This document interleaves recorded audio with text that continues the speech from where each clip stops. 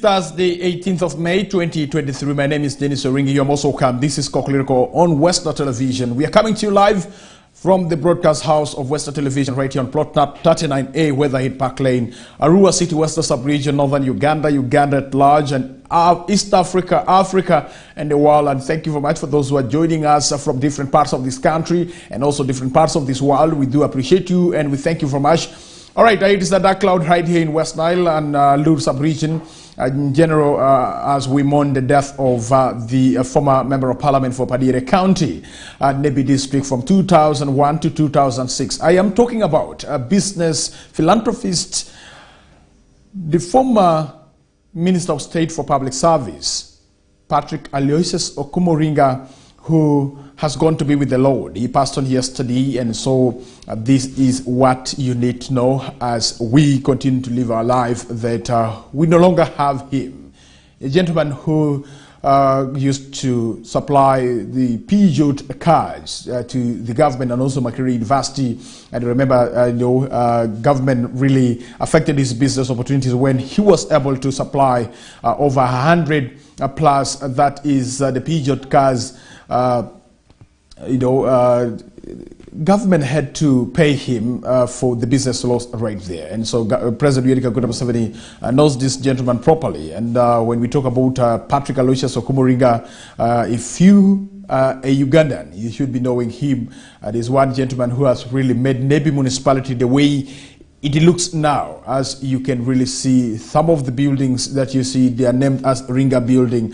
And we cannot forget his life and his contributions to the development of Alur sub-region, more especially to the development of Nebi district and also Nebi municipality. And we have lost a great person. And you have to know that his death was confirmed by the State Minister for Northern Uganda, Honorable Grace Freedom, yesterday by around 9:30 a.m. in the morning, and also it was also confirmed by family members right there. And so as we do talk right now, we are mourning the death of the former State Minister for Public Service, Patrick Aloysius Okomoringa, and rising from a business background through the establishment of Afro Motors, Ringa built a business empire that made him start aroma tea processing. And so he's one of the West Nilers who started a company, a processing company, I would say an industry right there, opening, up several business shops in Nebi town and also Kampala city, thus providing youth with employment opportunities. This enabled him to build popularity, thus his eventual rise to the parliament. He represented the people of Padire County from 2001 to 2006. I can remember vividly. He tried also coming back in, that is 2000. That is 2018 when Nebi municipality was given, Nebi town council was given a municipality status, so there was need to have a representative of the people of Nebi municipality to the Parliament of the Republic of Uganda. He contested on the NRM ticket in the NRM primaries. Unfortunately, he could not make it. He lost to Ashim Suleiman, who is the current Member of Parliament for Nebi municipality. And then he tried standing on independent ticket, and also he could not really make it. So after the election for Nebi municipality in 2018, he had to head back to Kampala. On his way going back to Kampala, it was that time that he got a serious accident. So I could say from 2018 till yesterday, the late was battling with a stroke that paralyzed him, and he could not really walk. And so they tried taking him to different hospitals, but it could not really work out. And so may his soul rest in eternal peace right there. And so during his time as the Member of Parliament, Okomoringa sponsored over 100 students at all levels of education in Padire County, Nebi District. He was a prominent businessman and majority shareholder in Afro Motors, a company that imported Peugeot cars right there. So he also immensely supported the church through the construction of Nebi Cathedral, where he regularly prayed with his family members once he was here in West Nile and Nebi municipality. And State Minister Kuyoshin says the country has lost an entrepreneur, a family man who cared a lot for the people, and an educationist. Let's have more from the State Minister for Northern Uganda, who eulogized the late Patrick Aloysius Okomoringa right there. If my producer can give us that, we appreciate. Thank you very much. Good morning. And he has been somebody who has been very enterprising. He has big businesses in Kampala and home. Raja Deluxe Hotel is at home there. He had Ringa Foundation. He had Afro Motors. These are the big businesses. I remember he had a bus, Nipir bus transport. Then he used to support university students. I think quite a number of boys and girls of Nebi then benefited from him. He was that politician, you know. He was in parliament, and then he also became a minister of public service. And the accident he got was after an attempt to become the MP for Nebi municipality when the municipality was created. So after the elections, he was traveling back to Kampala. They had an accident in the park where he banged his head, and from that moment, he has been ill. So we have lost a pillar, an educationist and entrepreneur, development-minded, and a leader, a politician. And of course, as the family person, also a father, we shall greatly miss. All right, we'll be back. You have heard from the State Minister for Northern Uganda, Honorable Grace Freedom Kyoshin, who is one of the family friends of the late Patrick Aloysius Okomoringa. And those are the words that she can really pour out at this trying moment. And dear viewer, you also need to know that apart from the death of the former State Minister for Public Service and also the former Member of Parliament for Padira County, currently the Nebi Diocese is mourning the death of the wife to the late Bishop of Nebi Diocese, Alphonse Watokudi, as we do talk right now. And so these are issues that you need to know in Alur sub-region. I will be connecting to, that is one person in Paida who will also be giving us updates from Alur, sub-region, majorly the Greater Alur, on what is happening the other side. And there are a number of issues that are taking place right that side of Alur, sub-region, or the Greater Alur, from the district of Pakwash, Nebi, and also Zombo. Let's have that is none other than Dorombe Kugom, who is in Paida, and he gives us an update. Good morning, and thank you very much for joining us. Hello. Yeah, thank you very much. Can we get some updates from that is Alur sub-region in particular, from the district of Pakwash, Nebi, and Zombo? What are some of the issues that you want the viewer to get to understand this morning as we mourn the death of the former State Minister for Public Service and also the former Member of Parliament for Padira County? Yes. Yeah, good morning to all our viewers, and I'm called Alfred York, Professor Dorumbe from Greater Nebi, reporting for West Nile TV, and I want to send my condolences to the family of the former State Minister Patrick Aloysius Okomoringa. We are also mourning together with the family. Oringi Denis, and to all our viewers, I want to give you updates on what's happening in Greater Nebi. We did see police in a district arrested and detained Ronald Ojok, a dispenser at the Redeemed Hospital, and 3 others for allegedly stealing government drugs. And what is on the ground now, in the district, Robert Abak, he said the suspect will be arraigned before court today. And this was the thing. And following that incident, while addressing the press yesterday at the district headquarters, Abak confirmed that Odiek, who is a private suspect, is one of the people trying to steal drugs in the hospital. However, he said following a tip-off by vigilant members of the public to police, the security personnel managed to apprehend a border cyclist who was caught red-handed in possession of government drugs, and when interrogated, it confirmed that he was asked to deliver the stolen government drugs by Odiek to one of his clients who operates a drug shop at Omia Trading Center in Nebi sub-county. And following that incident, the chief administrative officer of Nebi district, that is David Wamburo, was said Odiek was intercepted at the gate by some intelligent people. You know, this guy was put on spot, and people were monitoring him closely, and that's the time came when he was arrested. And Orengi Denis, I want to assure you, as I talk now, I will be heading to Lady, where the suspect will be arraigned for court of law this morning. Okay. Now, who is this Ondiek in this story? Is he one of the staff of the Navy General Hospital? Yeah, Ondiek Ronald is one of the staff at the Navy General Hospital. This is the second time that he has been arrested. The first time he was arrested in 2021 in Manipolo Navy border. He was also arrested with the stolen, but he was taken to court. Later, he was brought back to the system. This is the second time he is arrested.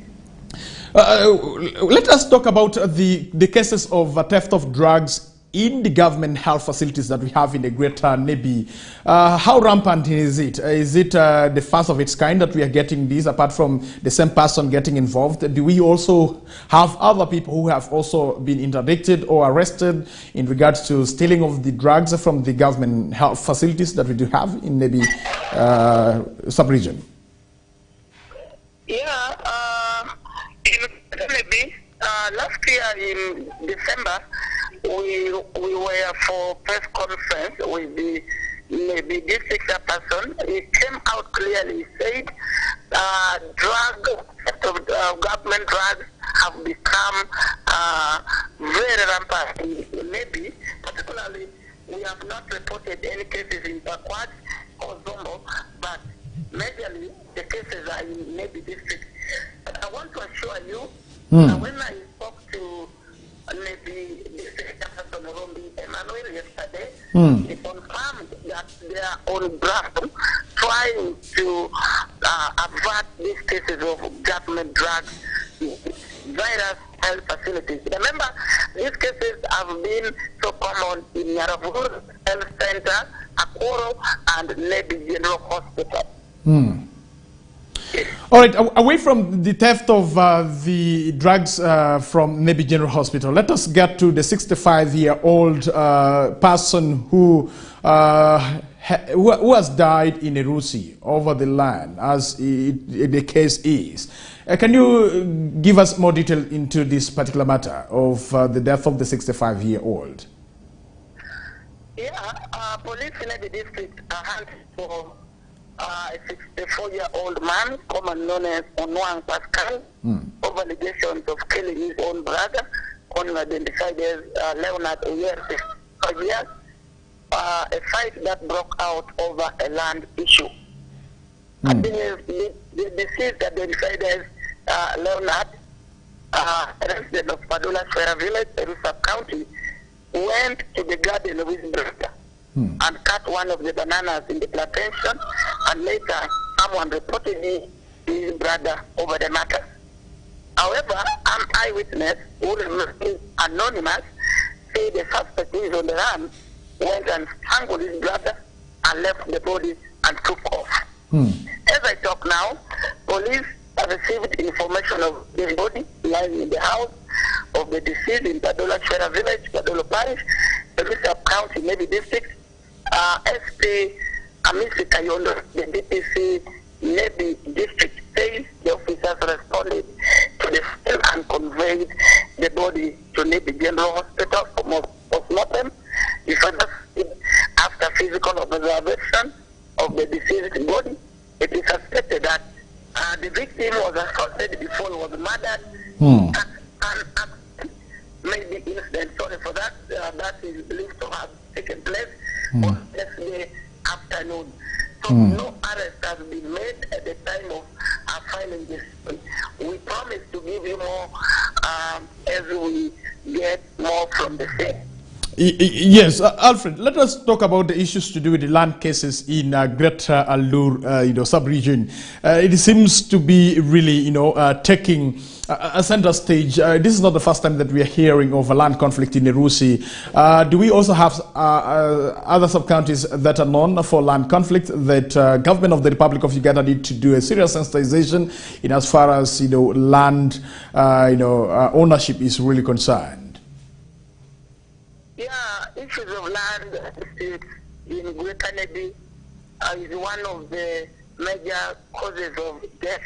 People are dying, although religious leaders, cultural leaders, the political leaders, they're trying to engage landowners to get a peaceful means of solving these issues. However, apart from the incident that happened in Erusi, last week we had in Pakwach where a son killed his father over land dispute. He wanted to sell the land to buy a motorcycle for Boda Boda, and for him he was apprehended and arraigned before court. He's serving his sentence in Ujigu, and I don't know whether he may be referred to other government prisons over that issue. Apart from that, again, last year in August, we also received one case of this nature in Paida Town Council, where also one was murdered over allegation of land dispute. And apart from that, Denis, I want to assure you, religious leaders, the cultural leaders, they are being engaged with family members to look into that. Land issues do not bring such kind of influences in a way that maybe a son kills his father, or maybe a brother kills his brother. So that's what's happening. And the cases of land wrangles are very, very, very rampant. All right, let us talk about issues to do with the skilling of the young people in Zombo district. This is not the first time that we are hearing an organization coming on board to skill the youth in Zombo district. Currently, we do have a skilling center right in Zeu.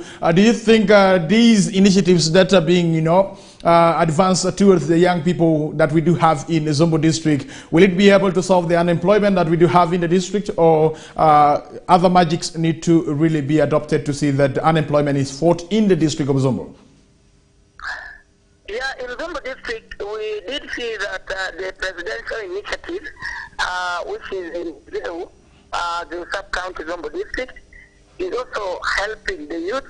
But to add on to that, more than 43 vulnerable youth in Zombo have been equipped with the sewing and welding machines, respectively, as a startup capital after training, 1 year skills training. Sitting at the graduation ceremony, Alma Tunim, the executive director, Community Child Care Development Initiative, urged the graduates to utilize the machines to inspire other youths to be self-reliant. Him, in his speech during the graduation, he added that they have enrolled over 46 students for the training since 2022 who successfully completed the training. And when I talked to some of the graduates who are optimistic that they will create jobs in their communities, some said they are now working hard to create jobs for other youth. Remember, the graduates were from Abanga, Yapea, Paida, and Goli, respectively. So this organization, called Community Child Care Development Initiative, started as a community-based organization in 2014 with an objective to empower vulnerable youth and school-going children, especially girls, with the scholastic materials. Okay. Last week, they also took these scholastic materials when students were at school. We saw in Abanga, school one in Abanga, and Goli. So this organization is working hard to see that youth are self-reliant. All right, Alfred, last year we did see the State Minister for Northern Uganda, Honorable Kuyushin Grace Freedom, flagging off a number of young persons who were trained by Life Concern, and they were equipped with startup capital. Have you made an initiative to follow up on these young people who are given the startup capital, whether they are succeeding, whether they are making killings out of the startup kits that were given to them after undergoing through trainings? Yeah, the startup kits that are given to these youths, some of them are using it well. Though in a community we have many categories of people. If you give him or her something, he or she might sell it. But I want to assure you that among these youth, like the ones we have in Salida, they are trying to use it well to at least be empowered financially, though some of them have abandoned those startup kits, though they are not using it well. Okay. And in one of the welding garages around, called God's Talent Welding Garage, the director, Professor Paul, I have seen they have like 3 who are yet trying to learn more skills to know more about welding and this fabrication. They are not doing badly, they are doing well. Okay. Yes. All right, thank you very much for giving us those updates that you have given us right now. And briefly in Pakwach. Yes, please. In Pakwach, we know that the rampant for the misuse of guns in our country. You know, you have to hear someone with a gun, I'm telling you. Opposition leaders in Pakwach district, they have come up, they want police and UPDF officers to undergo refresher courses and counseling. And this has followed the increasing state of killing in the country, as you know, involving armed personnel. According to Fred Okwaimongo, the Vice Chairperson for Democratic Change, FDC, in Pakwach district, they have put the office of Inspector General Police to organize a refresher training and counseling for the officers in the district.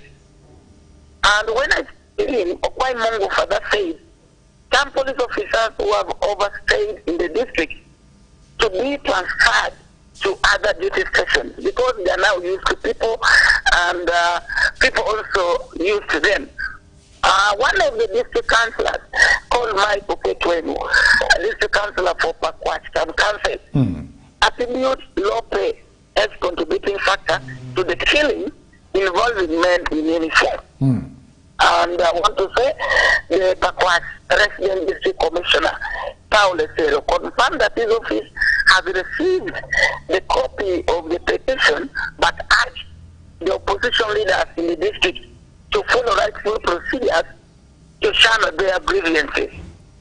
And as I mentioned, in this month alone, the country has witnessed the death of State Minister for Labor, retired Colonel Charles Okelengola, and the former MP for Yam. And also the Indian man who was killed by police constable Wabire. And yesterday, we also saw a security guard attached to Saracen, Uganda Limited, killed his colleague. So these opposition leaders, they want police and army, let me say UPDF officers, to undergo refresher courses and training. Okay. All right. Thank you very much for speaking to us. Thank you, West Nile. Thank you, all the viewers. This is Professor Dorumbe, back to Command Center, West Nile City. All right, thank you very much for speaking to us, and we do appreciate you very much. We have been speaking to one of the journalists in Nebi, in Greater Nebi, Alur sub-region, right the other side, and he was able to give us updates of what is taking place the other side. We might not be able to bring for you the pictures because of some technical glitch here and there, but we promise you we shall be able to improve to see that we bring for you each and every updates that are taking place at different corners of this western sub-region. Remember, we are here to light up the region. It is important. You should be able to know what is happening in your area. And for the people of Pakwach, Nebi, and Zombo, you have understood and you have got to understand that there are issues that need to be worked upon. We have talked about the death of the former State Minister for Public Service, and condolences to the family members. You have to know that one of the daughters worked with us right here at Western Television, Christine Okumuringa. Our condolences to you, and we pray that may the Almighty continue to give you the strength to withstand the pressure and also the condition at this particular time. I know it's not easy to lose a father, and all of us, we have at least lost somebody in our life, and so it needs you to be firm and strong to, to withstand all what will be on your way. And we pray that may the good Lord continue to, to oversee the family members right there. While also we do pray for those who have lost their dear ones, your mourning. Also, we say that may the good Lord give you the strength to withstand all the the pressure and also the issues that may come up as a result of the death of your loved one. And so we continue to condole with you people, especially those who have lost their dear ones at this particular time. And so we have had of killing over land, and this is very rampant, by the way, for your information, in Nebi district. I can remember in 2017-2018 I reported a number of stories related to land conflict in a greater Lul sub-region, talking about the district of Zombo, Pakwash, and also Nebi, where people killed their colleagues just over the issue over land. And so how can we amicably solve these issues? We have the institutions that have been set up by government of the Republic of Uganda. We have the cultural institutions in place, and so the religious institutions that we do have also. I think it's time now for these leaders, the cultural leaders, the religious leaders, to join hands together with the political leaders and the civic leaders that we do have in this country to see how do we get rid of the land conflicts that that are really claiming lives, more especially in the district of Pakwash, Nebi, and Zombo. I do not know other districts. I need to get reports also from other districts whether the issue of land conflicts, are also rampant, as it is the case with the district of Pakwash, Nebi, and Zombo. And so, talking about the theft of government drugs from Nebi General Hospital, I think this is not the first time, as you were able to get from Alfred Jawoko in his report. This gentleman who has been arrested, this is his second time that he has been arrested with government drugs, as he ferries them off from the government hospital to his private clinic that he owns right in Omir. And you have heard, and so police continues to investigate. He might not be the only person in the racket of stealing government drugs that we do have, and this is how the Wananchi that we have in this country continue to suffer in the hands of those who went to school, who pretend that they have gone to school, yet somebody who has gone to the school seems to be understanding better than them, because they went to school to obtain knowledge so that they are able to help those who have not gone to school. Now, if they go around with the knowledge that they have got to steal from the poor, then it is quite unfortunate right there. This is not the first time that Nebi district is registering theft of drugs from the government health facilities that we do have. I can remember last year and also previous years, we have been getting reports from the resident district commissioner and also the district police commander giving us detail of the theft of drugs from different health facilities, as they have been mentioned by Alfred Jawoko, talking about Nyaravur Health Center 3, talking about Akworo, talking about Parombo. And so these health facilities have been known for really, a theft of drugs right there. You have to know that 13 minutes to the top of that is 8 a.m. right on Western Television. Remember, we'll be going up to the hour of 9 a.m. in the morning. Let's go for a break, and when we come back, we still have more local stories for you that I will be bringing to your attention. We will be talking about garbage and also environmental injustices that are being perpetrated by those that are involved in the commercial charcoal business in Ashole sub-region, with the stories that will be reported by some of the reporters that we do have right here at Western Television. You are watching Western Television Kokoliriko live show that comes to you every Monday through Friday from the hour of 7 a.m. up to 9 a.m. My name is Denis Oringi, and you can as well follow me using my Twitter handle right there down on your screen. That is Denis Oringi at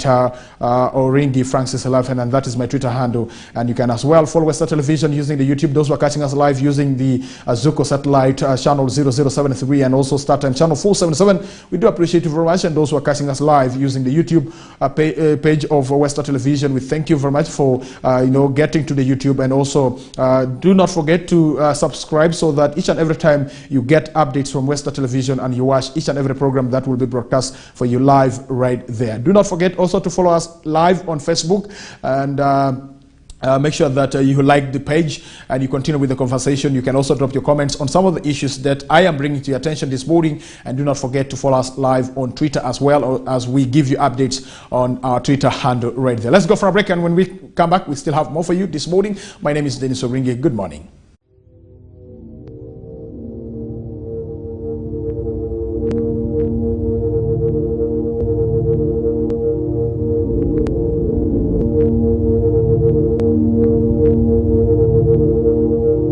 West Nile TV. lighting up the region.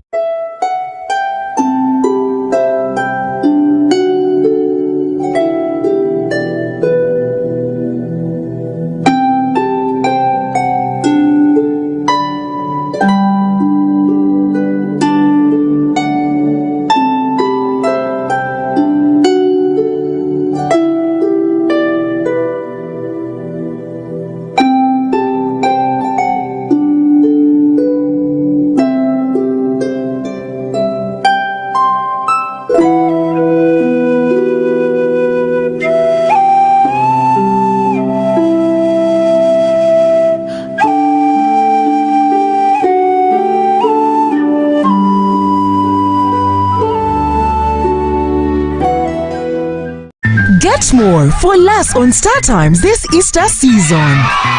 Cartoon channel for best children entertainment. New global series.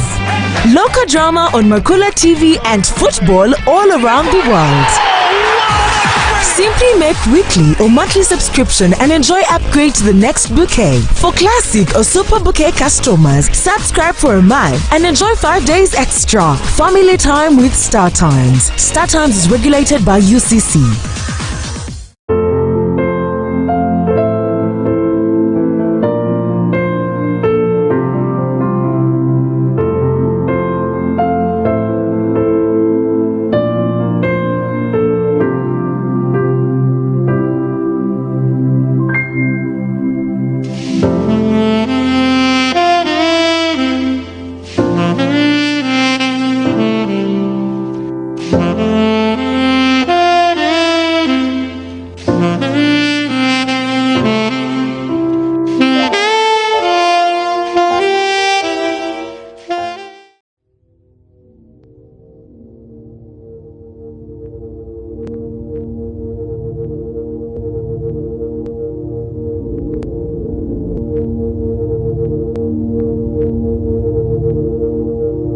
West Nile TV, lighting up the region. All right, we'll be back. You're still watching West Nile Television right here. And my name is Denis. You're still watching Kokoliriko Live. And we are coming to you live from the broadcast house of West Nile Television here on Plot 39A, Weatherhead Park Lane, next to the Presidential Lodge. And for those who do not know where exactly we are located, let us get more local stories right here from Arua City. You have to know that the environmental activists in Arua City are calling for the city leadership to enforce the law on plastics if the amount of plastics garbage is to be reduced in the city. Frederick Dramadri compiled for us this report. Let's get to understand this particular issue of the garbage management in Arua City from this report. Good morning. Environmental activists want local governments to fully involve themselves in enforcing laws against the manufacturing and use of plastics to conserve the environment.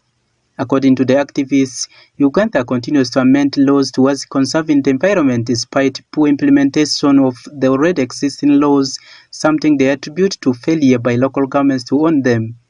Anta Maritsad Ferua, a former district chairman of the Greater Arua district who is currently doing consultancy works on local governance and environment, says Uganda has done a lot in deriving better laws, but the implementations are compromised by political interests. Of our bylaws, of our policies, of our laws is compromised by politics.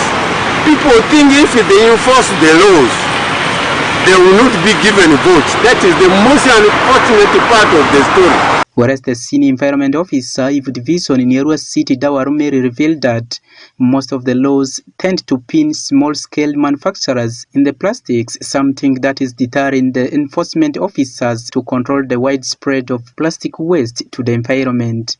The challenge of enforcing this law, especially with these big companies, the companies that come to Arua City, when you approach them and you wish to talk to them about what they ought to do as a company, you will just find you get small distributors who cannot give you an adequate answer to what you would wish to get from the company, the big company that is distributing this or that is producing these products in the plastics. At the 10-acre compost site of Arua City near water, close to 300 tons of garbage from Arua City goes to this compost plant daily, with 75% share occupied by plastic waste. Florence Awacho is the site manager at the garbage site. We have these two big Tata lorries which are like 7 tons each. So meaning that we have 14 tons of what? Of the tipper lorries. Then we have the skip loaders, which we receive like 5 or 6 times, and they are in 7 tons. So in averagely, I would say we receive over 300 tons of what? Of garbage daily in Arua City. We should separate waste from the source. 2, we should have a definite place where we are going to take this plastic waste. 3, the road accessing this plant should be worked on, because now you can see, like today, this garbage is full in front. Behind we don't have garbage. The downer part is open, simply because the roads are wet. The vehicles cannot access these roads well. Arua City is at a procurement stage of installing a plastic waste recycling machine to supplement the works at the already established compost plant. Dawaru says once the $200,000 project from the mayor's migration is complete, this will reduce the wasteful plastics in the environment. Statistics from National Environment Management Authority as of March 2023 show that plastics take lion's share of the waste, with over 600 tons being produced every day throughout Uganda, yet only 40% of the waste is collected and disposed properly. The remaining 60% finds its way into the environment. Frederick Dramadri, West Nile TV. All right, thank you very much, Frederick Dramadri, for that report on the enforcement of the law on plastics. And so the environmental activists are saying that the law need to be enforced for us to get rid of the plastics that are being generated right in Arua City. You have seen the amount of plastic waste that is being generated in Arua City, and according to one of the officers in Arua City, she says that the amount of plastic waste being generated on a daily basis, they are in tons, if you do not know. And so I think we need to seriously advocate to see that we get rid of the plastic waste that is being generated. And so we call upon those who are in charge of enforcing the laws. Please, you have to be serious when it comes to enforcing the law. And the law should not only focus on the small fish. The law should also focus on the big fish. We tend to look at this small person who is trying to look left and right to say that the end meets, and we forget the people who are generating this waste in a large amount, in large quantity. And so I believe that when it comes to enforcement of this law, we shall not really implement this indiscriminatively. We would be able to, roll it out to each and every person who is generating waste here in Arua City. Away from that, let's get to Gulu City, where Stephen Okello has this report for us, issues to do with the ongoing ban of the issuance of documents facilitating the commercial trade and transportation of charcoal issued by Ministry of Environment. In February this year, locals in Acholi sub-region have taken over the fight against environmental injustice being perpetrated by commercial charcoal businessmen in the region. Stephen Okello reports on this story. Let's get more. Locals in Acholi sub-region has vowed to take over the fights against environmental injustice, says, in the region. At dawn, the vehicle which came and got some tire problem from here, it was loading charcoal. So the community of this area, they found that, okay, since the president gave those orders, and then the minister as well gave those orders, and then environmental also gave the orders that there's no charcoal burning in northern Uganda. That is why the community raised in and they came in to remove the charcoal. Simon Wakoraj, the Achua County Member of Parliament, sounds a warning bell to those who are risking their money and vehicles for transporting and buying charcoals from the region. that their days are now numbered. Those who has a very bad plan to destroy actually the way they are planning, they should today on stop it with immediate effect. Otherwise, the mass that we have done to them today might not happen tomorrow. If anything happens tomorrow, it's upon them. Thank you. It's upon them. The vigilantes are here. You will never disturb their minds again. So I salute you. If you hear me, hear me. If you don't hear me, you'll find us here on the ground. Thank you. James Okumu says they have currently lost trust in the Environmental Police Department. And there are those people who are saying that, okay, the charcoal are for the generals, the wives of the generals, and the big people in the police. That is why the patrol police came and picked this charcoal from here. They have been escorting so many times. Environmental police is not working. Environmental police is there just to get kitu kidogo, go. Kitu kidogo, go. According to Francis Opio, the indiscriminate environmental destruction being perpetrated by commercial charcoal businessmen is now negatively impacting on the weather conditions of the region. The importance of preserving trees, one of them, preserving, when we are a community, we are preserving trees, but we are getting more rain, and then we are get the source of tourist attraction, because we have a wild animal. The home of a wild animal.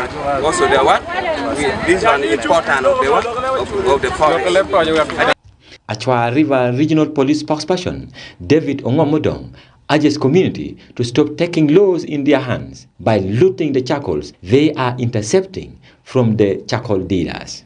Of them are intercepting this truck and in notifying the environmental police who are enforcing this charcoal ban. They ended up involving themselves in criminal activities of looting and vandalizing the vehicle which was carrying the truck, plus stealing the battery and other spare parts from that same truck. This came against the backdrop of an ongoing ban on the issuance of documents facilitating commercial productions, trade and transportation of charcoal issued by Ministry of Environment in February this year. Stephen Okello for West Nile Television, Nilecast. Right, thank you very much, Stephen Okello from Gulu, for that particular report that you have really sent to us in regards to environmental injustices that are being perpetrated by the commercial charcoal businessmen in actually sub-region. And I believe that West Nile leaders and also West Nile persons take this seriously, because if we do not really, join hands together to see that we conserve our environment, then it will reach a point that we shall suffocate in terms of the weather, pattern change. And so we have to be serious, and we need to guard against those who only come to cut and they don't plant and they go away, while trees in their areas are intact. They don't cut trees from their areas. Why can't they ban charcoal from the other side, and why do they ban charcoal this side? And these people, they have money. For your information, they afford AC house, the water they drink is fresh and clean, they eat good food. And for us, we only have the trees. And so once we rent out our pieces of land that have got the trees, and somebody just come and cut down the trees. If you have ever traveled from Arua to that is Pakwash, using that is Ajay, Pawor, Wadilai, Ojigu, Ragem, Pokwero, Panyango, up to Wankawa, and then Pakwash Town Council. Let me tell you, in the past, around 2002, 2001, 2003, 2004, we had, a forest of trees that were intact there. And I used to enjoy traveling, along that route. But right now, I just hate myself traveling using that route, because it is very hot. It is, intensely hot. And so who are the people who caused all this? It is us, the Wananchi. And so let us really be very careful. Around Ragem area, I think some people came from Kampala and hired the whole forest, and they decided to cut down the the natural trees that were there. And we used to have baboons, white monkeys, black monkeys, all sorts of wild animals we used to have around Ora area, around Ojigo where the prison is. And for those who have ever been there during the previous years, you will be able to confirm this. But currently, if you have to go, you cannot get those trees now. Travel from Arua via Madiokolo to Nebi, you will hate yourself. The heat is really intense. And the hills that we have, the hills are bare. Only the hills around that is Bondo that have got some natural trees around there. I think it's because of the soldiers who are always patrolling that area. But in the past, we used to have baboons in those areas. Currently, you can travel from Arua even up to Karuma without seeing a wild animal, on the way. And that means that we have destroyed the environment, and we can no longer now even eat the meat from the bush meat. It's very hard for you to eat the bush meat. I can remember we used to move from our areas that side of Kushuin. We could come and hunt in the area of Madi up to this side of Arua, up to Rhino Camp, because there were a good number of wild animals, and you go back and you see how your wife can really welcome you back because you have come back with with the bush meat, and you know how tasty bush meat is. And for those who have ever tasted, our grandchildren will not be able to taste bush meat simply because they cannot now even see the wild animals themselves. And so that's what you need to know. I'm not saying that we should get into poaching. Government of the Republic of Uganda is telling us that there's a lot of money in this wild animal if we conserve them properly and we protect them. And so wildlife protection is also another thing, and that's why we have a Jai Game Reserve still being protected. This is to see that the wild animals that we do have at a Jai Game Reserve are really conserved and are really protected, so that people can really come in as a tourist to take pictures and also view the wild animals that are living right there. I love traveling through a Jai Game Reserve from Madiokolo to Bawor. You will meet a number of wild animals right there, and so you communicate to them. They also communicate back to you. If you have something edible, you can as well throw to them, and they will be able to take part of that. And so that is the beauty of having animals around us. We coexist. If you think that you cannot coexist with the wild animal, then you should not be a human person right there. Let's get to this story before we go for a break. The Catholic Church has unveiled the program for the Episcopal consecration of Kasana Luero Bishop-elect Monsignor Lawrence Mukasa, according to the Kasana Luero Diocese Chancellor, that is Reverend Father Churil Kasigwa. The consecration ceremony is slated for August 2023, 5th, at the Diocesan Cathedral grounds in Luero District. The diocese has been undertaking several internal preparations, including the renovations of the bishop's residence, among others. Now, on April 29th, 2023, Pope Francis appointed Monsignor Lawrence Mukasa, the Vicar General of Kiyindi Mitiana Diocese, as the third Bishop of Kasana Luero Diocese, in a statement that was released by the Apostolic Nuncio to Uganda, Luigi Bianco, right there. Thank you very much, dear viewer. With that, let's go for a break, and when we come back, we still have more for you. We shall be diving into what is happening in the dailies today, the Daily Monitor, and also the New Vision. What are some of the stories that are making headlines this morning? I know as West Nile sub-region, we always get these papers late when people in Kampala have already read and understood what we have in their country. Uganda, for us, we get to these papers around midday, but as Western Television, we shall be able to give you that particular platform to get to understand what we do have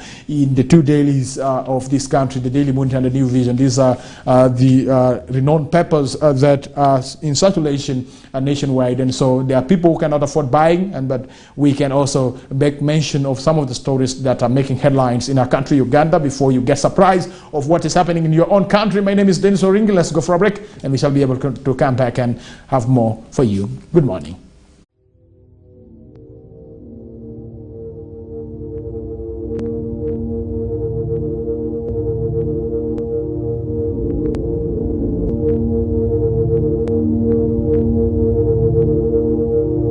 West Nile TV, lighting up the region.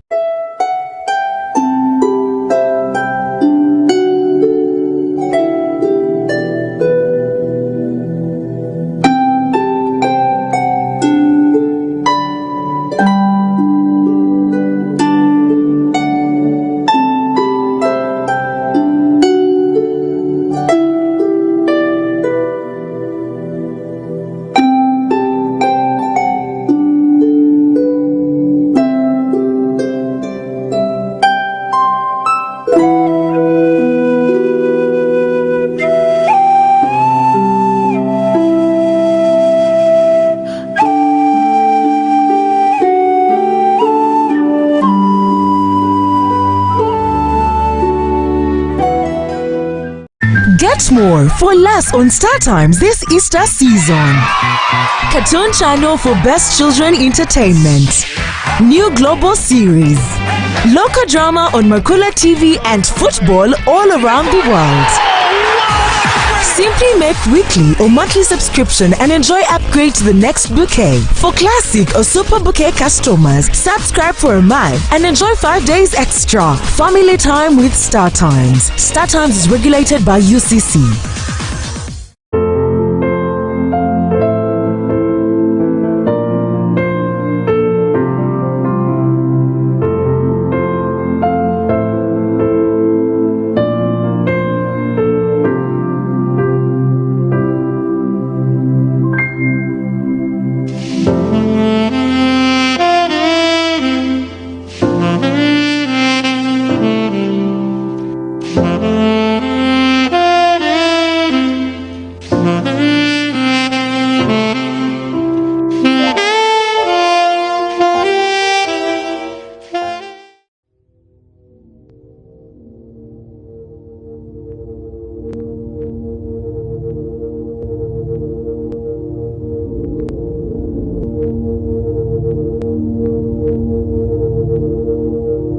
West Nile TV, lighting up the region. All right, we'll be back, and we do appreciate you very much, dear viewer, for being with us up to this particular time. It's 11 minutes past over 8 a.m. right on Western Television. My name is Denis, and allow me to get to some of the stories in the Daily Monitor this morning before diving into what we have in the New Vision this morning. Let's talk about life of Kokoliriko and his time when he was still alive with us. And you have to know that Ringa's roller coaster life and time is what we are talking about this morning from the Daily Monitor. Daily Monitor has brought a story about the former State Minister for Public Service and a business philanthropist, Patrick Aloysius Kokoliriko, who died yesterday. He died at the age of 69 after a long illness, is what you need to know. The deceased has been praised for being a kind-hearted man who helped the poor, sick, the disabled, and particularly served God to the fullest. Ringa was the first man to construct a storied building in the heart of Nebi town in 1986. And so if you have ever gone to Nebi,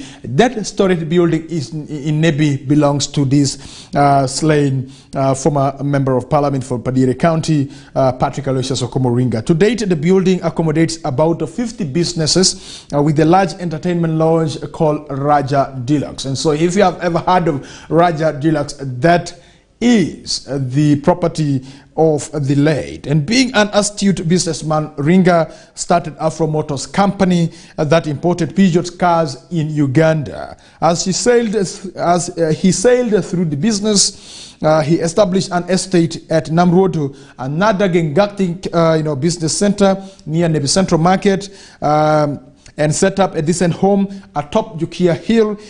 He passed away yesterday morning after a long battle with a stroke, is what you need to know. Let's talk about his education.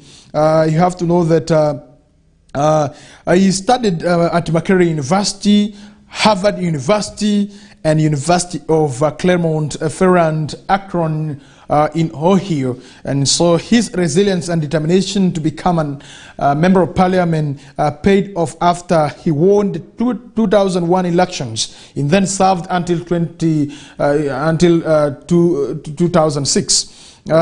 Before and during his reign, he constructed several boreholes to serve the people of Nebi who were in their need of clean and safe water. When he attempted to retain the 2006-2011 elections, Ringa lost to the former Speaker of Nebi District Council, David Ringeshan. He was a UPC person. Ringa took Ringeshan to court for a vote recount.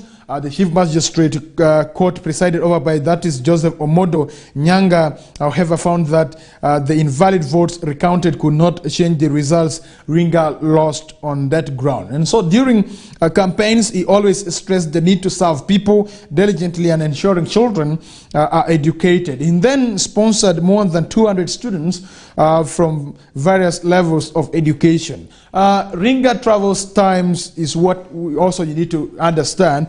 You have to know that Ringa had since August 1994 been claiming 1.8 billion, excluding interest accrued for a lost business opportunity after the government of the Republic of Uganda did not buy French-made Peugeot vehicles from him. At that time, Ringa said he had imported about 138 vehicles to supply government through his Afro Motors, but government declined and instead procured Japanese-made cars. He said because of the flopped deal, he had to sell his houses in Plot 17, Acacia Avenue, and Plot 28, Windsor Crescent, Kololo, to service a bank loan. He said the Kololo mansion, now home to Kaboja Junior School, was worth, that is 1.5 billion, but was auctioned in 1998 for only 680 million. Quoting him verbatim, said that I have suffered because even my family was thrown out of the house while I was away in the United Kingdom. He said in July 2000, Ringa received the 300 million on President Museveni's directive and another 431.8 million paid to him in March 2002. By 2004, Ringa had been paid 931.8 million as compensation for his defunct Afro Motors Limited. When Nebi was granted a municipality, Ringa returned to contest in the elections but failed. It was shortly after this that he suffered a stroke. He battled it for more than 4 years until he passed away yesterday in Kampala. And so, according to a family source, he said he suffered a stroke about 4 years ago and he has been living at his home in Naguru, where he passed on yesterday morning. Now, after information trickled on various social media platforms, several people eulogized the former minister and member of parliament as a kind man who served the people diligently. The state minister for northern Uganda, Honorable Kuyeshin Grace Freedom, friends, be informed that Patrick Aloysius Okumu-Ringa has just passed on this morning. Other arrangements will follow, and these were her words when the news of the passing on of the former state minister for public service, it really came up. And so Frank Mugabe, the communication officer in the Ministry of Gender, said he lived such a fruitful life, fruits he shared with all. He was one of the icons. I first got to know him in Nebi. If places need kickstarts, he kickstarted Nebi in many ways. He should be celebrated more than anything. We have the family in prayer. And so, rising from a business background through the establishment of Afro Motors, Ringa built a business empire that made him start aroma tea processing, opened up several business shops in Nebi town and Kampala, and this enabled him to build popularity and eventual rise to the parliament. He also immensely supported the church, especially the construction of the cathedral, where he prayed with his family members right there. About Okumu-Ringa, he served as member of parliament for Badira County, Nebi District 2001 to 2006. He then served as NRM district chairperson for Nebi. He was Minister of State for Public Service 2001 to 2006. He was a prominent businessman and majority shareholder in Afro Motors, a company that imported Peugeot's car right there. What do some people say about this? King of Allure Kingdom, Philip Olarke Rawuni, the third His Royal Highness, with due respect, he was one of the greatest men and an icon whose identity will be greatly missed. He promoted tea growing in the kingdom with the brand name Aroma Tea, which marketed tea to the international market. James Shombe Mushek, former politician in Nebi municipality, he says here that we have seen the contributions of our late brother, both politically and developmentally, to the people of Greater Nebi, which people must embrace and protect his family members. Nebi District NRM Party Chairperson George Kermondo KG Adubango, as is commonly known, he says the NRM party has lost a big political icon whose impact will be felt both at the grassroots and national level. And so these are some of the words that people have really poured out as they really, console with the family members of the late Patrick Aloysius Okumu-Ringa right there. Let's have more from the Daily Monitor this morning. You have to know that family seeks justice for death of child after injection is what you need to know right there, that there is a family that is seeking justice after the death of their child when the child was injected. So the family of 2-year-old who reportedly died on the spot after he was injected by a nurse at a drug shop in Kidude Cell, Namatala Ward in Bala City, are demanding justice.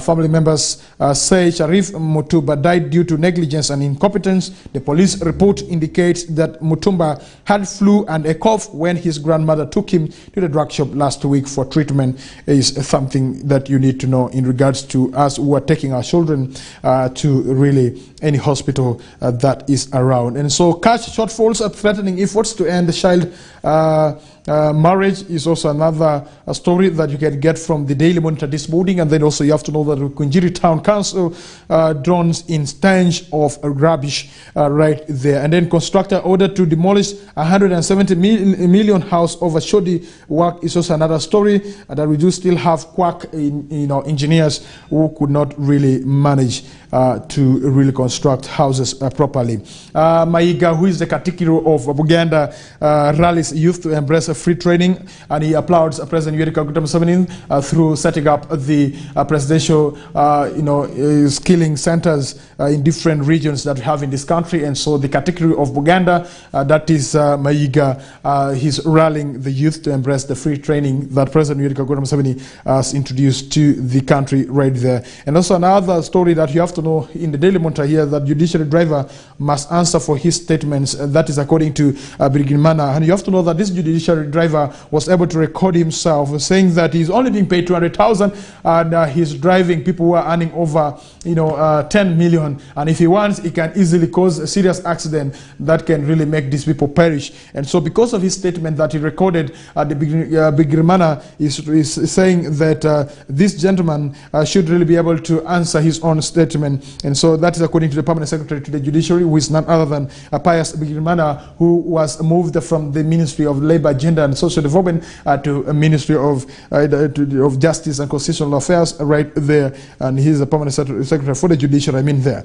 And so the Judiciary has indicated that Stanley Kisambira, a driver to justice, that is Godfrey Namundi, will have to answer for threatening the lives of people entrusted to him in his line of work. Kisambira, a driver to Mbale High Court judge, released an audio clip which went viral on social media platforms recently, complaining about salary disparities in the judiciary. He said that he has been earning a paltry shillings 200,000 since he joined the justice system in 2008.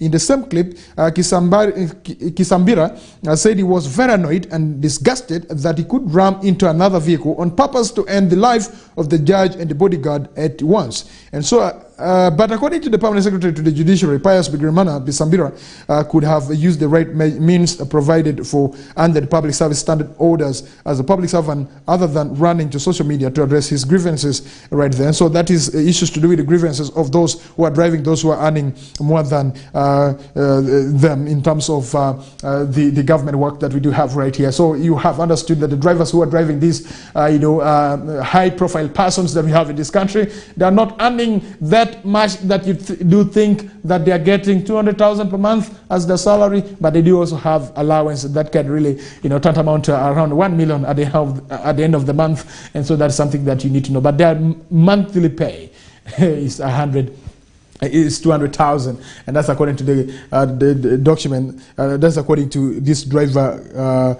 Kisambira, who is really claiming that the salary disparities in judiciary is really the gap is too wide. Kenya to build 3 more ships for Uganda fuel is also what you need to know in regards to oil and gas in our country, Uganda. That the 3 more ships will be built for Uganda's fuel to help in transportation of the fuel. And so Kenya plans to build 3 more ships to enhance the export of oil products to Uganda through Lake Victoria. And so Energy and Petroleum Cabinet Secretary Davis Shirishiri said this would really ensure daily trips from the current weekly voyages to the landlocked country.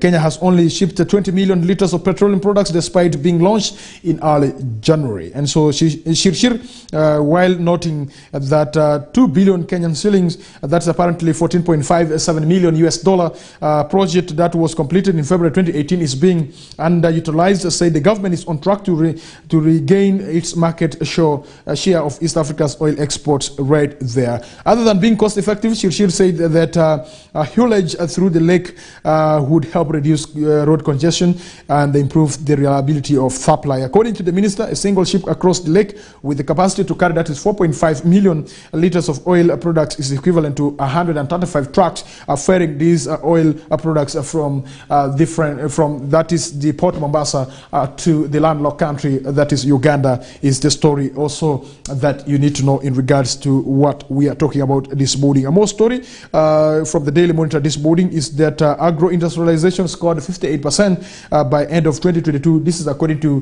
the Permanent Secretary to the Treasury, that is none other than Ramadan Ngobi, has indeed really disclosed right there that agro-industrialization scored only 58% by end of 2022, and that's according to the report.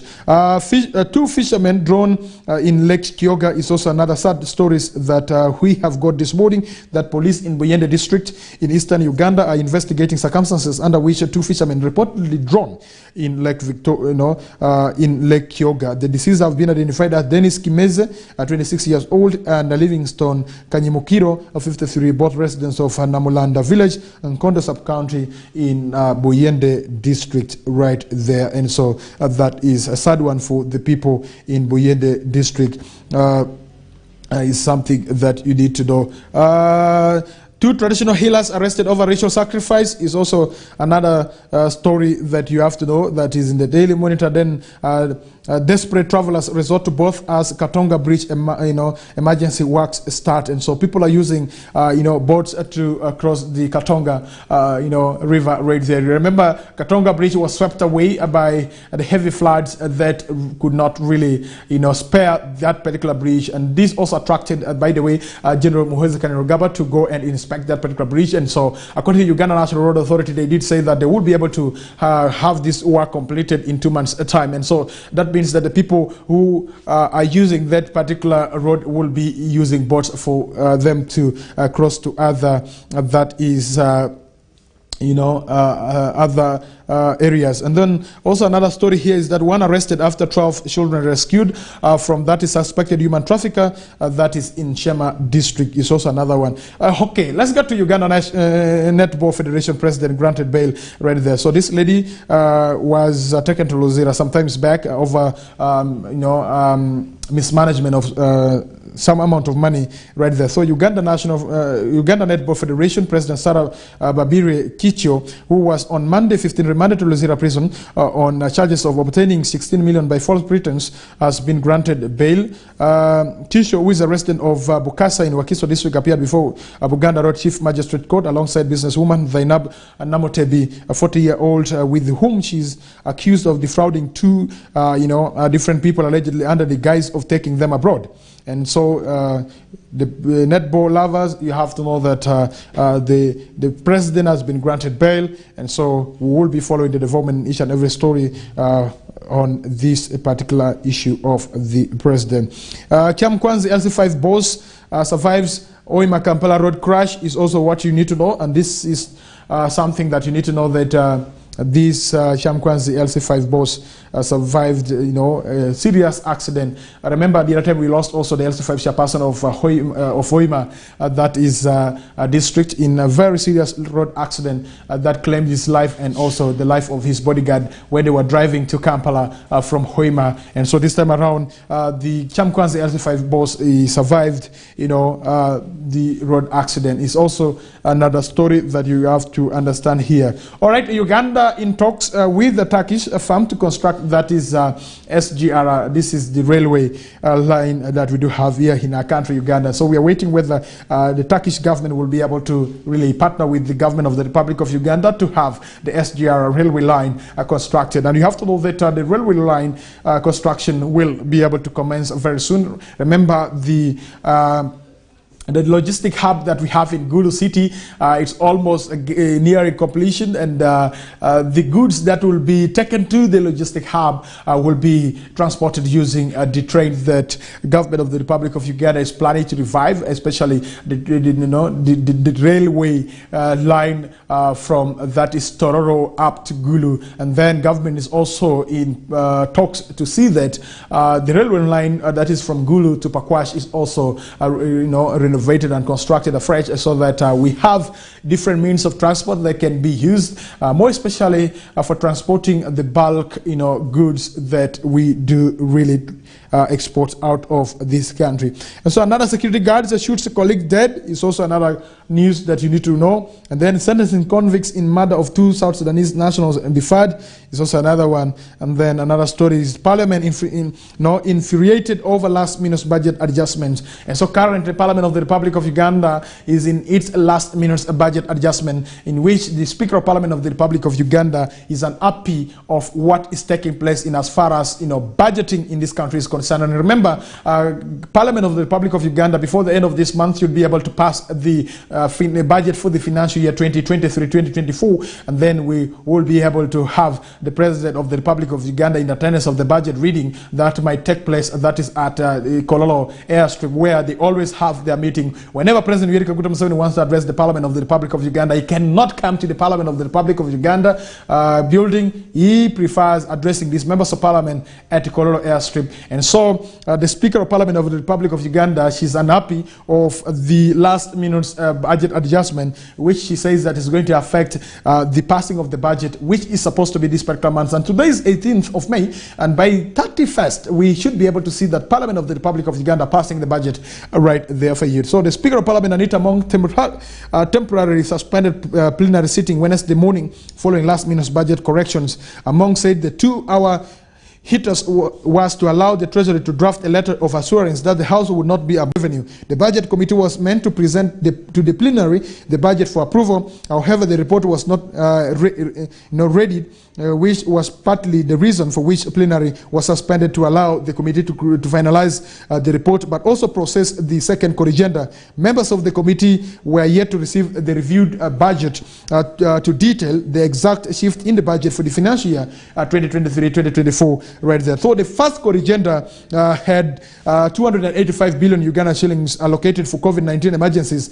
and 254 billion for reducing the treasury liability with the Bank of Uganda. And so government of the Republic of Uganda still think of the COVID-19 emergency, and that's why they have been able to allocate 285 billion to just be there in case Uganda gets another wave of COVID-19. Then the 285 billion will be able to help in fighting the virus right there. Dear viewer, you have to know that 28 minutes to the top of the hour of 9 a.m. right on Western Television. Let's go for a break, and when we come back, we still have more in this country, and we shall be looking at the stories that we have in the New Vision this morning. Let's go for a break. My name is Denis, and this is Kokoliriko Live on Western Television, where we are coming to you live from the broadcast house here in Arua City, Plot 39A, Weatherhead Park Lane.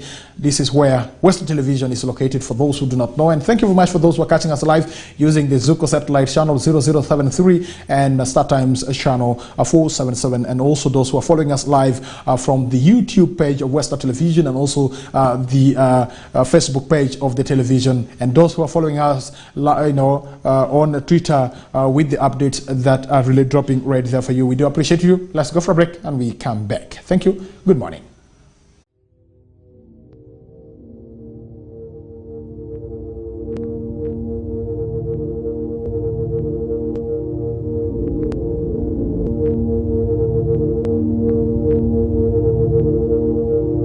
West Nile TV, lighting up the region.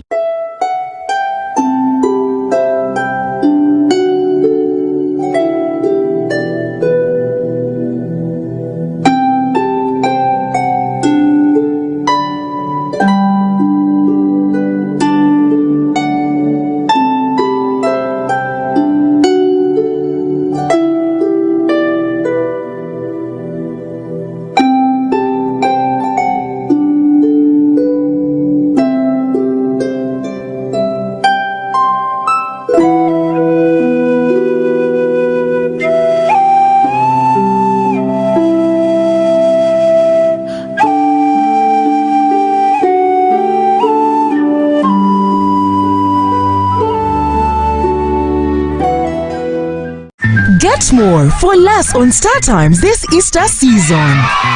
Cartoon Channel for Best Children Entertainment. New global series. Local drama on Makula TV and football all around the world. Simply make weekly or monthly subscription and enjoy upgrade to the next bouquet. For classic or super bouquet customers, subscribe for a month and enjoy 5 days extra. Family time with Star Times. Star Times is regulated by UCC.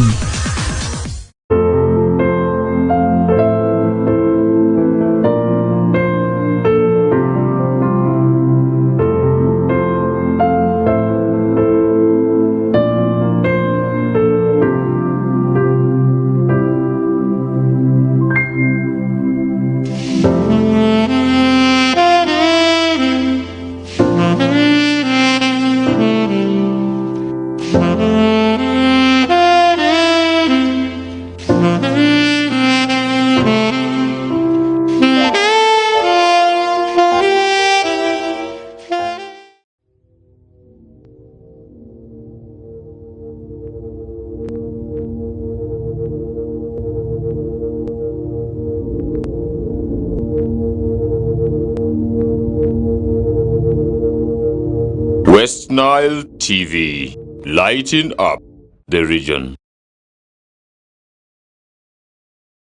All right, we'll be back. Thank you very much for joining us. Let us get to what is in the Daily Monitor this morning. You have to know that Buganda hails Museveni Skill Project as Mayiga launches Masaka Hub. And so remember, the same story also featured in the Daily Monitor, so you can get more stories right there.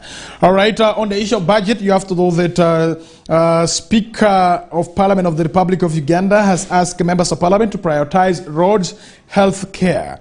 And here she says, quoting her verbatim, she says, Katonga is cut off, you cannot go to Masaka. The communities are cut off, the roads must be worked on. The health sector must be worked on, among said hungrily, is what you have to know during the plenary yesterday right there. Infrastructure in the country is currently stressed, with the Katonga Bridge giving away and causing massive disruptions for the southwestern Uganda bound traffic. And then Ronald Balimwezo, who is the National Unity Platform member of Parliament for Nakawa Division East, said he is a victim of bad roads, urging the government to follow in the footsteps of its regional counterparts and take infrastructure seriously, is what is coming through from that is the new vision right there for you. And so still more on the new vision this morning. You have to know that Hoima-bound link bus passengers in close shave is also another story that you need to know right here.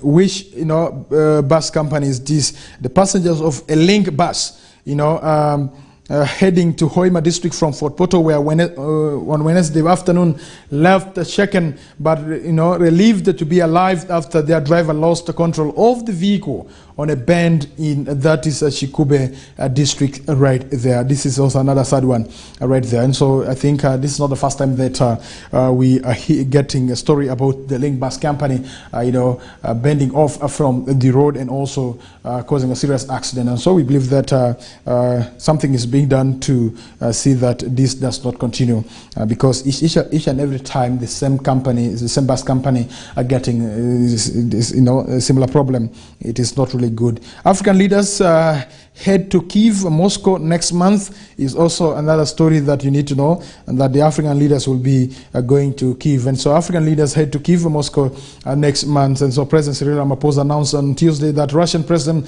Vladimir Putin and Ukrainian President, that is Zelensky, have agreed to receive African heads of state in Moscow and Kyiv, is what you need to know. President Cyril Ramaphosa announced on Tuesday that the President of Russia, Putin, and also the President of Ukraine, Zelensky, have agreed to receive African heads of state in Moscow and Kyiv. And so leaders of Zambia, Senegal, the Republic of Congo, Uganda, Egypt, and South Africa will lead the initiative, which has been welcomed by the United Nations. Right there, quoting, from that is the Zain Dangor, the Director General in South African's Foreign Affairs Ministry. He says here that the dates must be confirmed, but it will be early in June, where the 6 6 heads of state will be shuttling between the two capitals to engage in the facilitating of peace talks, or at least get towards a ceasefire. And we have also engaged with other actors, including the US. There is general support for the initiative. South Africa, which has close ties to that is Kremlin since the anti-apartheid struggle years, has refused to condemn Russia's invasion of Ukraine, saying it is a neutral and prefers dialogue. The peace plan bid could help Pretoria spruce up its image as a neutral player and mediator, following accusations that it has drifted towards Russia. The announcement came a day after it emerged that South Africa's ground forces commander was in Moscow to discuss military cooperation, and so it was also made days after the US envoy to Pretoria accused South Africa of shipping weapons and ammunition to Russia in December. South Africa held controversial joint military drills with Russia and China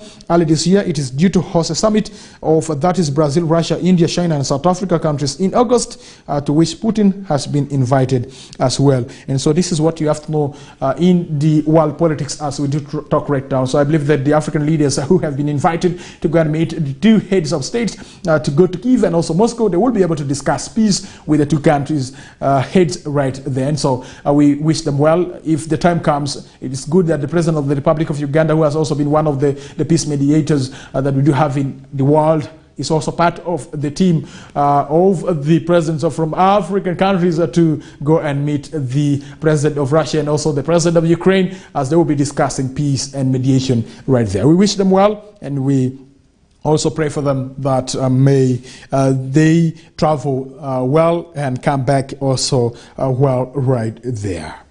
Cattle raids, Museveni pledges free education for learners from affected families. And so I thought as a country we do have free education through Uganda, universal primary education, and also the UPLET, universal secondary education, and also the UPLET, and that is, Uganda post, O-level, education, and that is the A-level that was also introduced. We shall bring to the cabinet the issue that students of the displaced study for free until the situation stabilizes, so that they don't lose out from where they are now, says the President of the Republic of Uganda. Speaking in Oture district, he also said the victims of cattle raids in Lao and Ashuli sub-regions will receive relief aid from the government. This President directed the State Minister in charge of Northern Uganda, Grace Freedom Kyushin, to coordinate with all the relevant authorities, as well as the Office of the Prime Minister, to document all the affected persons for them to receive assistance. Museveni was Tuesday responding to calls by political and cultural leaders from Lao to the government to assist the displaced people in the affected areas. The meeting took place at Barlegi State Lodge in Okwang Sub-County, Oture District. Lao Sub-Region comprises the district of Aleptong, Molata, Apache, Dorlo, Lera, Kole Oyam, Kwania, as well as Lera City. I totally agree with you. Museveni told that is in the meeting. He says that we shall bring to the cabinet the issue that students of the displaced study for free until the situation stabilizes, so that they don't lose out from where they are now. And we shall also compensate those who died during the raids and assist the injured. The Prime Minister should send relief to the displaced persons, and the Minister for Northern Uganda should coordinate. I will definitely assist each family. On the proliferation of guns in Lao and Asholi that are brought in from neighboring countries, Museveni said mindset is key. The problem here is that raiders look for guns. They must lose appetite for the gun. They will look at a gun on the ground and will not touch it. You touch the gun and you are dead. You wait. They will lose appetite, he vowed. Right there. Communication system. The president re-echoed his firm determination to end cattle rustling in Asholi and Lao, saying the gaps are known, including low response rate. An effective communication and response system is very important. I went to Karamoja last year, and I advised them to use phones in their kraals, where a contact person in the kraal communicates to the battalion, who in turn contact the division. That should make a quick response. Here in Lao and Asholi, there are no kraals, so there is need to set up a system to have a security contact per parish with a toll-free phone to ring the battalion that immediately calls the division, that must also have soldiers who are on duty and alert 24 hours, suggested the president. He said the quick response must be the eyes day and night in the form of planes and drones that must be dispersed immediately to the scene of crime to follow and see where the cattle rustlers have gone. And so these people are stealing cows which are easy to see during the day or at night. When the raiders are spotted, they can call the gunships that can also operate at night. We have all the capacities to solve this problem. President Yoweri Kaguta Museveni re-echoed. Once the rustlers are dispersed, the canine section of police can then easily track down the criminals. The president cited the crimes committed in Masaka district where police, dogs helped in tracking down the suspects. He said manpower can easily be mobilized from the youth who are willing to consecrated into the force and will help in stemming cattle raids. General retired Museveni, who is the commander-in-chief of the armed forces, said the government will, in the meantime, also recruit 12 local defense units, LDUs per parish, in the districts bordering Karamoja, who will be trained and equipped to help the army. He urged the commanders to always consult and guide the citizens in matters of security. The president is optimistic that with the new command in the region, cattle raids will come to an end. During the meeting, he introduced the newly appointed commanders to the Lao and Acholi leaders. Major General Don Nambasa is the commander of the 3rd Infantry Division based in Moroto. Brigadier Gen Kate Katunji is the commander of 5th Infantry Division based in Acholpi. Brigadier Mbusi Lukwago is the newly appointed Chief of Operations of UPDF based in the Land Forces Headquarters in Bombo right there. And so, right, dear viewer, let's go for a break, and when we come back, we shall be diving into what is happening in the world of sports right on Western Television. My name is Denis Oringi. Good morning.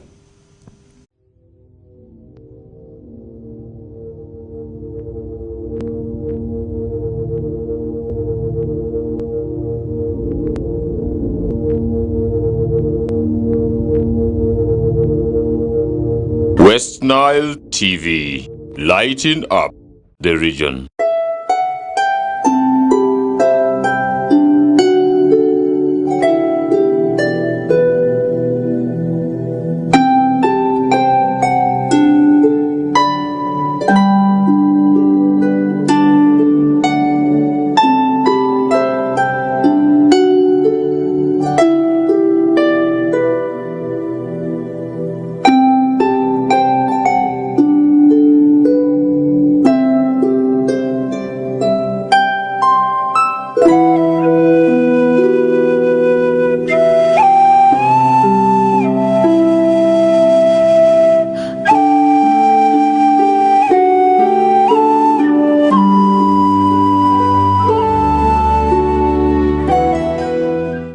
Get more for less on StarTimes this Easter season. Cartoon channel for best children entertainment. New global series. Local drama on Makula TV and football all around the world.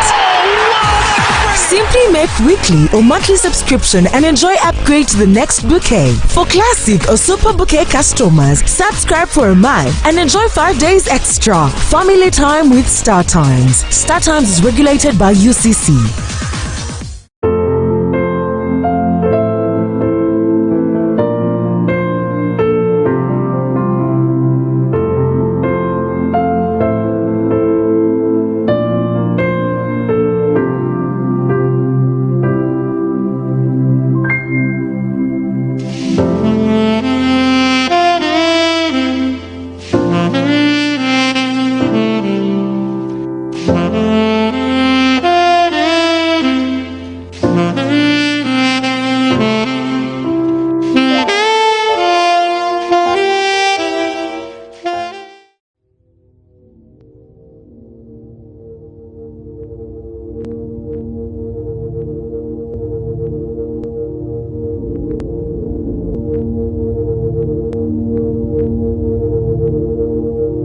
West Nile TV, lighting up the region.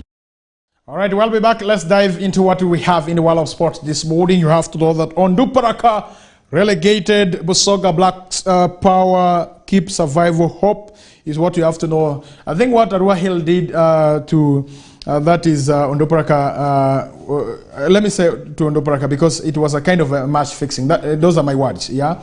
You cannot allow a team to beat you like that, 4-1, because you knew that if this team is beaten, Onduparaka would really have the survival hope. But what I think Arua Hill did, to me, was not nice. I think it was just a deliberate move. I believe that investigation need to be instituted into this. We'll find out why Arua Hill players had to behave like that. So you have to know here that Ondopraka have been relegated from, that is the Star Times Uganda Premier League, following a 1-0 defeat at Maroons. And so my brother Dizon the Pro, do not cry. It happens in football. As people of Nebi Central, we are also here nursing, and so it happens. And so Darius Ojok scored a winner for Maroons at Lozira in 19th minutes to hand the host all 3 points. Defeat leaves the Caterpillars at the base of the table with 16 points, 9 adrift of safety position with only 6 points to fight for. The Ondopraka was promoted in 2015-2016 season along with Busoga United, and then Kirinya, Ginger, SS and Pro Line, who are at the moment playing in the regional league. Elsewhere, Busoga United stand host Arua Hill in Barifa with a 4-1 defeat to improve survival chances, is what also you have to know. Bashman Mugwa scored a first hat-trick in the 44 minutes, 45 and also 45 plus 1 minutes to add to an early strike by Laban Tibita, who opened the floodgates in the first minutes. And then Rashid Toha equalizing goal in the 21st minute turned into mere consolation. Busoga United now leapfrog UPDF, who lost 2-0 at home to Sporting Club Villa in 12th position with the 27 points, with the 2 games against KCCA home and Vipers away to play, is what you need to know. In Lira, Black Powers saw off a 10-man Gaddafi to move to 23 points, just 3 behind the Army side, who have played 1 more game. Michael Siwu scored a brace, while Dickens Okwi had the other from 12 yards, while Gaddafi's 2 goals were scored by Frank, that is Mulimui. Hussein Blangu's men, who have 3 games to play and must win them, and hope either of UPDF or Busoga United flat here in their remaining 2. And so elsewhere, Wakiso Giants beat Bright Star 2-0, while title chasing trio of Vipers, KCCA and Sporting Club Villa all won their respective outings right there. And so the game played on Tuesday. You have to know that May 16th results. KCCA was able to beat Bull 1-0. Vipers beat Express 5-2. UPDF was able to lose, that is to Sporting Club Villa 2-0. And then Wakiso Giants was able to beat Bright Stars 2-0. Arua Hill scored 1, Busoga United 4, and so Busoga United taught Arua Hill what football means, 4-1. And then Black's Power was able to defeat UPDF, that not UPDF was able to defeat, that is Gaddafi, 3-2. Then Maroons was able to beat Ondopraka 1-0 right then. So that is what you can really get. Also, let's get to that is the Uganda Secondary School soccer sports association, that is Budo Senior Secondary School taking on Royal Giant High School. Physical battle anticipating the second quarter final. That is the 2023 Uganda Secondary School Sports Association Football Boys. And then Joseph Bagoma Stars in second tour win for that is the Baby Cricket Cranes in India. And then St. Mary's College Kitovu will take on West Ville on Fire. That is Shark host the fight for Seminole slot 2023. That is Uganda Secondary School Sports Association football boys right there for you. Let's get to what you need to know, that Alonso rules out leaving Leverkusen amid Tottenham rumors, that he says, I am happy here, and so Alonso seems not to be leaving. That is Leverkusen, as Tottenham maybe is moving towards securing this gentleman, but for him he says that I am happy where I am, and so that's what you can really know in regards to the games. Okay, dominant Manchester City advanced to Champions League final at Real Madrid's expense, is what also you have to know here. In the Europe, you have to know here that Manchester City, have booked their spot in the final of the Champions League courtesy of 4-0 win over reigning champions Real Madrid in the second leg of the semi-final at the Etihad Stadium. The tie was delicately poised entering the match following that is a 1-1 draw in the first leg at Nabiu, but a first half brace from that is Bernardo Silva, and second half own goal from that is Eder Militao, and late Julian Alvarez effort saw the Premier League champions run out 5 goals to 1 winners on aggregate. And Pep Guardiola's side, who are bidding to win the treble this time, will take on Italian giants Inter Milan in the final of the competition in Istanbul on June 10th, a week after facing Manchester United in the FA Cup final, is what you need to know right there. So the first attempt of the match came from that is Klein Walker in the 4th minute, but the Man City right back attempt was always rising over the Real Madrid's crossbar. The home side started well and had an opportunity in the 7th minute when Erling Braut Haaland's space took him into the Real Madrid box and around, and then the Courtois, but there were no takers on his low cross back into a central area right there. Rodri and then dribbled into the penalty box and fired wide of the post shot after before John Stones sent one wide from distance in the 12th minutes, with Guardiola's team looking to take the lead in the last 4 tie. Manchester City somehow failed to take the lead in the 13 minutes through Holland, with the Courtois managing to brilliantly keep out the strikers' close range header after excellent cross from Jack Grealish. Kevin De Bruyne and then sent a free kick just wide of the post in the 19 minutes, with Real Madrid struggling to get out of their own half at the Etihad Stadium during a dominant period for the host. Courtois made another world-class save to keep out, that is a Holland header in the 22nd minute, but the home side made the breakthrough shortly after through Bernardo right there. And so that's something that you need to know in the games that played yesterday. And so that's what is in the world of football right at this particular time. And so for those who want to get more news, I think I would really leave you in the hands of that is Fudivo Owen, and also Lady Susie, as they will be doing more analysis right there. All Tottenham Hotspurs are considering move for Arsenal midfielder Matteo Guendouzi is the news that is coming through right here, and so that's something that you need to know in regards to that is the Tottenham rumors of moving to Arsenal to get Matteo that is Guendouzi. Arsenal fear Manchester City could block a João Cancelo move is also another news in transfer, and so I have to tell you here that Arsenal is really fearing that Manchester City could really block a João Cancelo move right there. And so you need to know here that Arsenal are reportedly fearful that Manchester City will block that is any move that they attempt to make for that is João Cancelo this summer.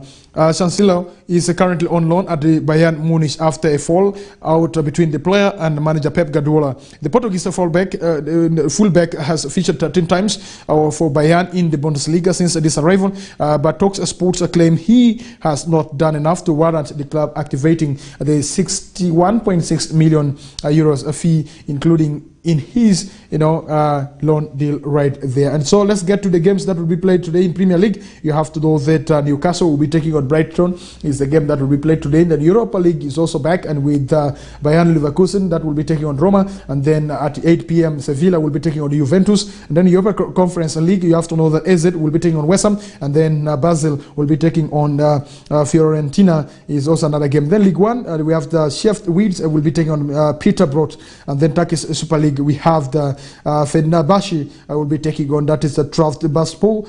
It's also another game that will be played today. Let's get to the table. You have to know that the Premier League table this morning here it stands. Manchester City is leading on the log with 85 points. Arsenal second with 81 points, and so meaning that the 4 points for the Arsenal to really secure that position of 6 points for Arsenal to beat that is Manchester City. I do not know whether they will be able to get the 6 points I'm talking about, meaning that the games that they are remaining with, they should be able to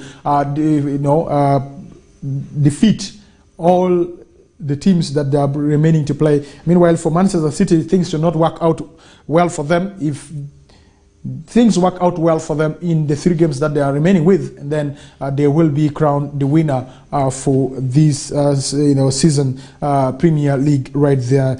Newcastle number 3 with the 66 points, Manchester United number 4 with the 66, Liverpool number 5 with the 65 points, Brighton and Hove Albion number 6 with the 58, Tottenham Hotspur number 7 with the 57, Aston Villa number 8 that is with 57, Brentford number 9 with the 53, Fulham is number 10 with the 51, Chelsea number 11 with the 43, Crystal Palace number 12 with the 43, Wolverhampton Wanderers is number 13 with the 40, Bournemouth is number 14 with the 39, and then West Ham United number 15 with the 37, then Nottingham Forest number 16 with the 34, Everton number 17 with the 32, then Leeds United number 18 with the 31, then Leicester City number 19 with the 30 points, and then also we do have Southampton with that is number 20 with the 24 points. So this is how the Premier League log is looking like this morning, and let's wait for the game that will be played today. I know once the game the games are done, I have to tell you that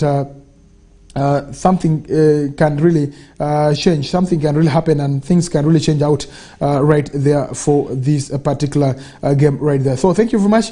You have to know that Barcelona wants to resign Lionel Messi and Neymar this summer. It's also another news that is coming in from that is Barcelona. Liverpool injury suspension list, and that will be taking on Aston Villa also. I think those of Lovedey together with Lady Susie and also Benson, they will be making analysis of what we have in the world of sports right there. Dear viewer, thank you very much for being with me up to this particular time that I'm signing out of the studio. It's not easy to talk from the hour of 7 up to 9 a.m. 2 hours of talk. It is not easy, and so we do appreciate each and every person who has been glued to the television. Continue watching Western Television. Allow me to appreciate very much my producer Aldo Manano, together with my camera person that is Dizon the Pro, the senior camera person, and also a senior producer right there. And so if you want to have a private talks with them, just come to Western Television. You will be able to meet them right there. For them, they are not allowed to appear on camera, but they're allowed to have a conversation with you wherever they are. And so we do appreciate them, and also we thank you very much. For those who want to do business with us, who want to sponsor the program Kokoliriko Show, Western Television is still open to have a discussion with you, and you have this program sponsored.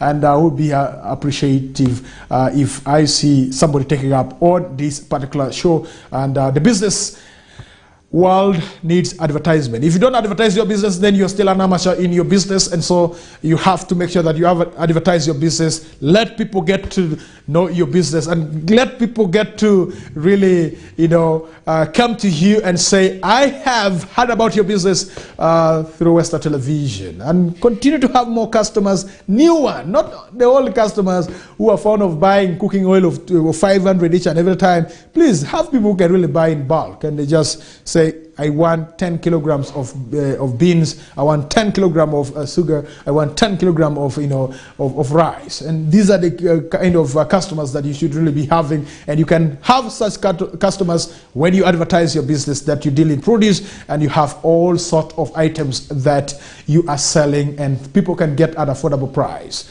That is the business terminology I can really tell you this morning. And you can do that by advertising with us. Thank you very much. I'm out of here. Catch me again tomorrow, the same program, Kokoliriko Show, for the Friday edition. That will be 19th of May, 2023. For the families that have lost their dear ones, condolences. Good morning. Have the best of your time.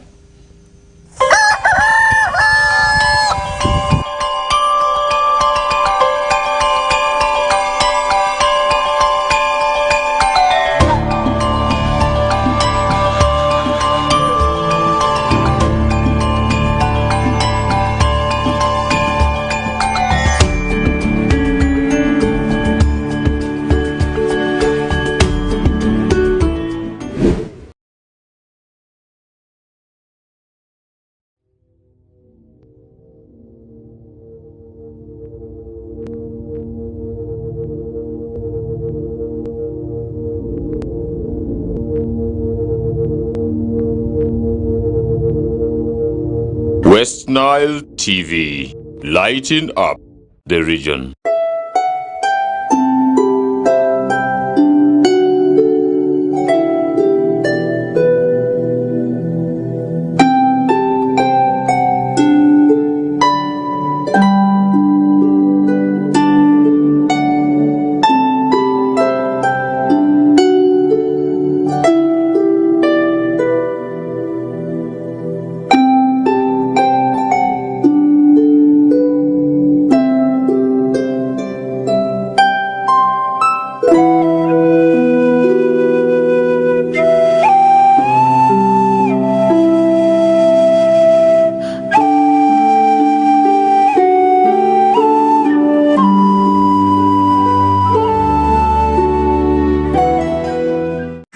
Get more for less on Star Times this Easter season.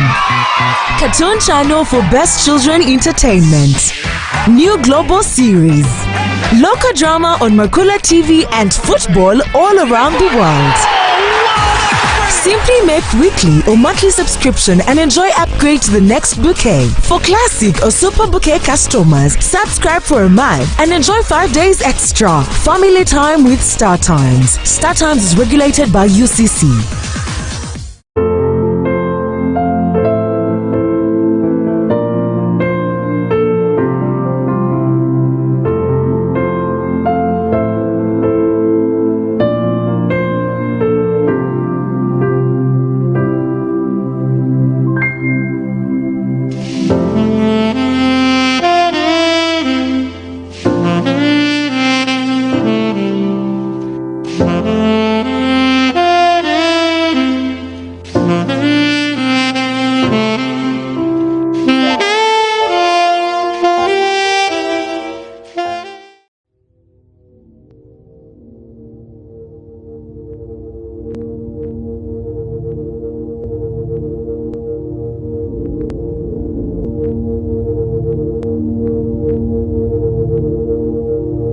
West Nile TV, lighting up the region.